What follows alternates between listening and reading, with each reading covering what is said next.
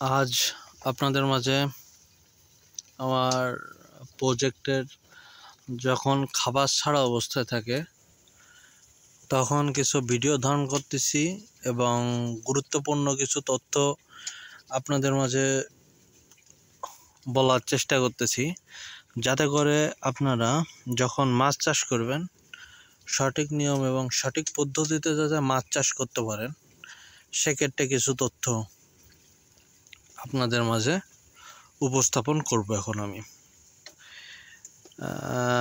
প্রথমে হচ্ছে গিয়ে আগে যে সময় মাছ চাষ করা হতো তখন কিন্তু এত উন্নত প্রযুক্তি কিংবা এত আধুনিক প্রযুক্তির ছোঁয়ার মাধ্যমে কিন্তু মাছ চাষ করা হতো না। আমরা বাংলাদেশে বসবাস করি, আমাদের জনসংখ্যা প্রচুর এবং বেকারত্বের সংখ্যাও অনেক বেশি। সেক্ষেত্রে আমাদের কীভাবেতে আমরা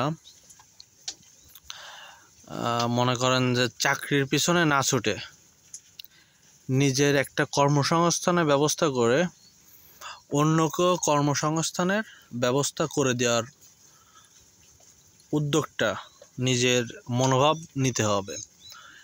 কারণ এখন অধিকাংশ লোক কিন্তু এডুকেটেড পারসন এবং ইয়ং জেনারেশন কিন্তু এখন আস্তে আস্তে কিন্তু মাছ চাষের দিকে কিংবা কৃষিকাজের দিকে কিংবা মনে করেন যে অন্য যে সেক্টরগুলো আছে সব সেক্টরে ঢুকে যাচ্ছে, আত্মকর্মসংস্থানের ব্যবস্থা তৈরি করতেছে। সেক্ষেত্রে কিন্তু বিজ্ঞানের ছোঁয়া চলে আসতেছে এই সমস্ত খাতে। এখন সবাই যদি কর্মসংস্থানের ব্যবস্থা করে তাহলে কিন্তু বেকারত্বের সংখ্যা কিন্তু কমে যাবে। দেখেন, আমার কিন্তু অনেকগুলো প্রজেক্ট, তারপরেও আমি কিন্তু আমার এখানে বেশ কিছু লোকজনের কিন্তু কাজের একটা ব্যবস্থা করে দিতে পারতেছি। সেক্ষেত্রে কিন্তু একটা বেকার কিছু সংখ্যা কমতেছে। আমি যেমন নিজে বেকারত্ব থেকে দূর হচ্ছি এবং অন্যকেও সে রাস্তা থেকে দূর করতেছি। এখানে কিন্তু ঘেউ দিচ্ছে সুন্দরভাবে। সেভাবে বিজ্ঞানসম্মতভাবেতে অত্যাধুনিক ঘনত্বর ও টেকসই পদ্ধতিতে মাছ চাষ করতে হবে। আপনি কিন্তু আপনার জায়গা থাকলে অনেক সামান্য মাছ চাষ করলেন, এতে কিন্তু আপনি খুব বেশি লাভবান হতে পারবেন না। সেক্ষেত্রে কিন্তু আধুনিক প্রযুক্তির মাধ্যমে কিন্তু মাছ চাষ করতে হবে। তারপর হচ্ছে মাছ চাষের পাশাপাশি চিংড়ি মাছ কিংবা সাদা মাছ কীভাবে তো সর্বাধুনিক মানে সর্বোচ্চ মুনাফা অর্জন করা যায় সেই বিষয়গুলো কিন্তু খেয়াল করতে হবে।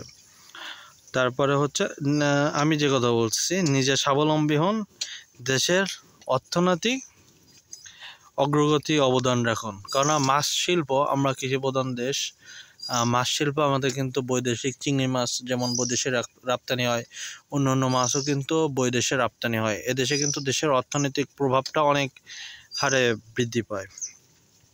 সেক্ষেত্রে মাছ চাষ করার ক্ষেত্রে আমাদের প্রথমে হচ্ছে গিয়ে জায়গাটাকে সুন্দরভাবেতে মাছ চাষের জন্য উপযুক্ত, আপনি যে মাছ চাষ করবেন সেই অনুযায়ী আপনার জায়গাটাকে কিন্তু সুন্দরভাবেতে পরিচর্যা করে নিতে হবে। দেখেন, আমার এখানে কিন্তু শুধু চিংড়ি মাছ, মানে এখানে মিশ্র চাষ বললে ভুল হবে। এখানে শুধু আপনি যে প্রজেক্টটা দেখতে পাচ্ছেন, দেখেন এখানে আরও ওই সাইডে আছে, হালকা হালকা বৃষ্টি পড়তেছে, আমি তার ভিতর থেকে ভিডিও ধারণ করতেছি। এখানে হচ্ছে গিয়ে আপনার এখানে শুধু চিংড়ি মাছ আছে। সেক্ষেত্রে আমার চিংড়ি মাছের জন্য কিন্তু দেখেন আমার চারপাশ থেকে কিন্তু নেট দেওয়া আছে, নেটিং সিস্টেম করা আছে। দেখেন এখানে কিন্তু একটি মোটর সেট করা আছে, আর ওই সাইডে আছে। কারণ আমার এখানে এখনও আমি হচ্ছে গিয়ে প্রপার মানে হাই ভোল্টেজের বিদ্যুৎ লাইন পাইনি। এই কারণে হাই ভোল্টেজের যে আউটারগুলো আছে সেগুলো আমি ব্যবহার করতে পারতেছি না এখনও।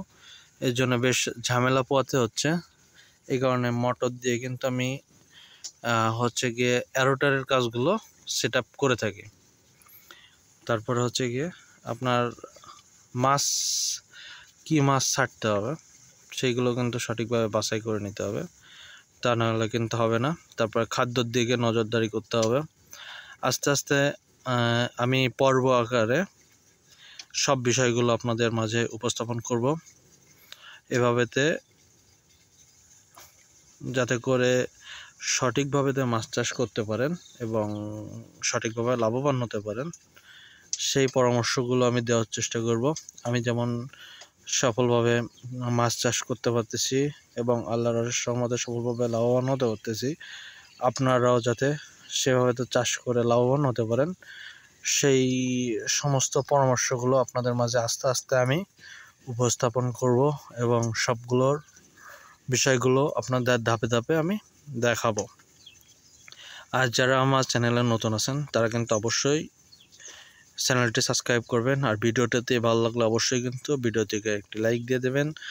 আর হচ্ছে গিয়ে কোনো যদি বিষয়ে আমি ধারাবাহিকভাবে আগাবো, এই ভিডিওর ভিতর কোনো বিষয় যে বিষয়গুলো নিয়ে কথা বললাম এই বিষয় নিয়ে কোনো যদি প্রশ্ন থাকে অবশ্যই কমেন্ট বক্সে জানাবেন, আমি সঠিকভাবে সুন্দরভাবে আপনাদের প্রশ্নের উত্তর দেওয়ার সুযোগ করে দেব এবং অবশ্যই কিন্তু শেয়ার করে সবাইকে জানার সুযোগ করে দিবেন। ধন্যবাদ সবাইকে।